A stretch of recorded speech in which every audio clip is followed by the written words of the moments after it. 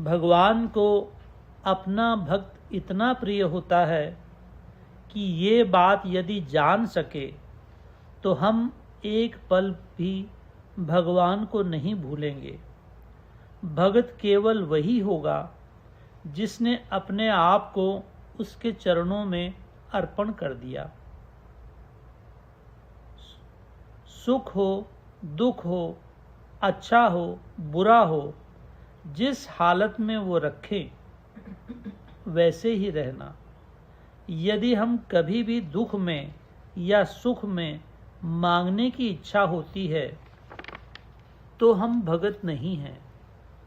सबसे पहले ये बात जान लेनी चाहिए कि जिंदगी भर सकाम भक्ति करके हम अपने आप को भगत मान लेते हैं।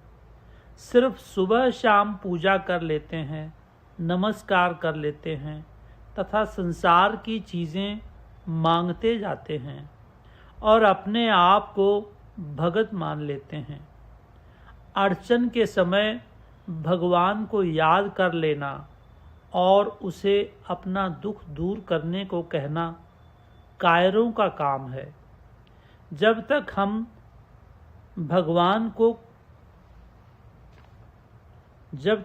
भगवान को कोशिश करते हैं तब तक हम भगत नहीं कहलाते। शरणागत का सच्चा प्रेम होना चाहिए।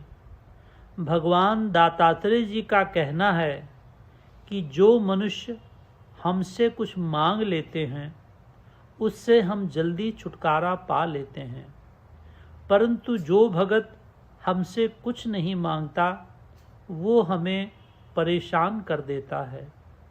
पल पल हमें उसका साथ देना पड़ता है कि कहीं इसे कांटा तक न चुभ जाए। वो भगत हमें उतना प्रिय होता है जितना माँ को बालक। हमें माँ की तरह उसकी रक्षा करनी पड़ती है। महाभारत में भीष्म जी, जो कि बाल ब्रह्मचारी थे तथा अस्त्र शस्त्र में निपुण थे, 8 देवताओं में अवतारी पुरुष थे। उन्होंने कौरवों का नमक खाया था। उन्होंने प्रण किया था कि मैं सबको मार डालूंगा। 4-5 दिन युद्ध चलता रहा और अंत में अर्जुन घायल हो गए। श्री कृष्ण जी ने ये प्रण किया था कि मैं कभी भी अस्त्र शस्त्र नहीं उठाऊंगा, परंतु भगवान जब देखते हैं कि मेरा प्रिय भगत अर्जुन घायल हो गया तो उन्होंने एकाएक शस्त्र उठा लिया। भगत के लिए भगवान अपना प्रण तोड़ने को तैयार हो गए।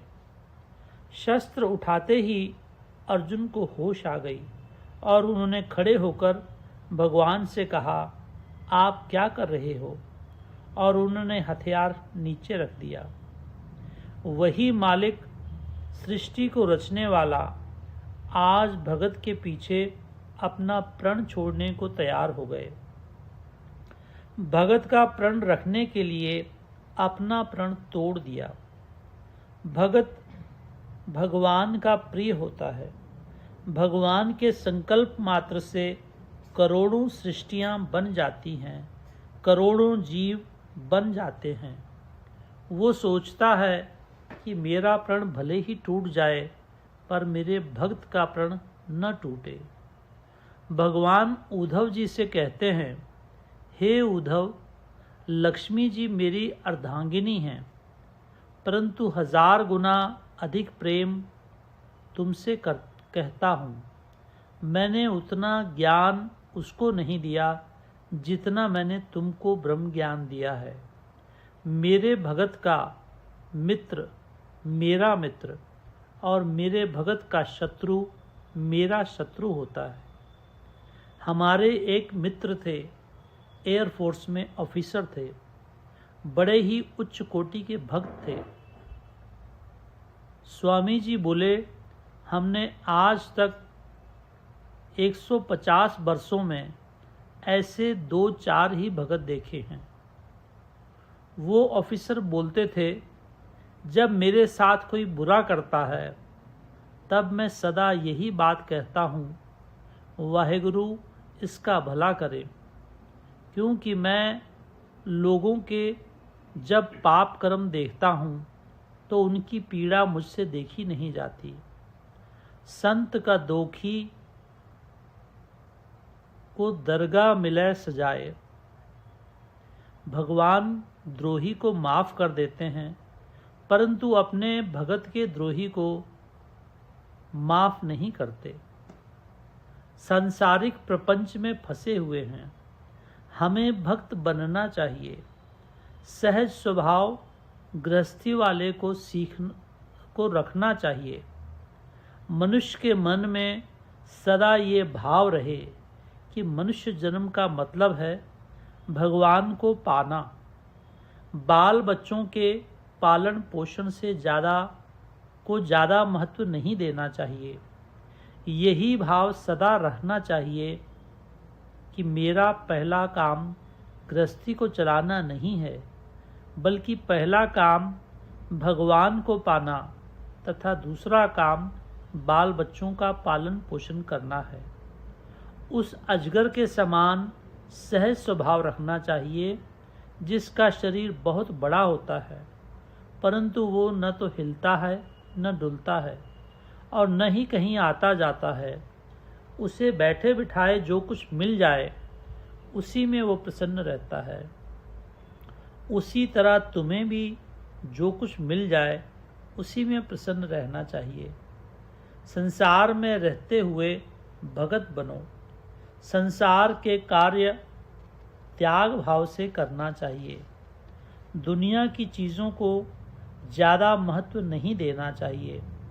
हमें सत्य की आवाज़ हर एक के कानों में पहुंचाना चाहिए।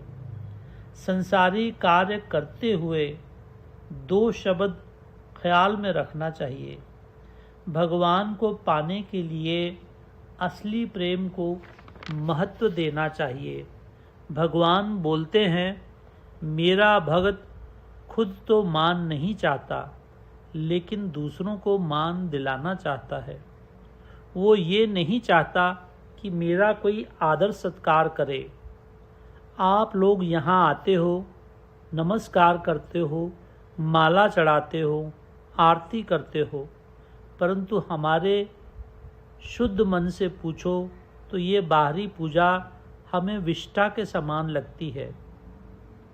लेकिन हमारे गुरु महाराज की आज्ञा का पालन करना है।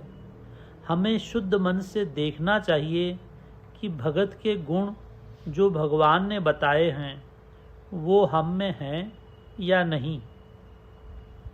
यदि नहीं तो लाने पड़ेंगे। बहुत दुनिया इस गलत ख्याल में है कि हम रोज़ सवेरे शाम आरती कर लेते हैं और भगत बन जाते हैं। इससे बढ़कर कोई गलत बात नहीं है। यदि पूरा प्रेम माया में है तो हमारे सुनने का फ़ायदा भी नहीं। धीरे धीरे मन माया से विरक्त होना चाहिए। जय मैया।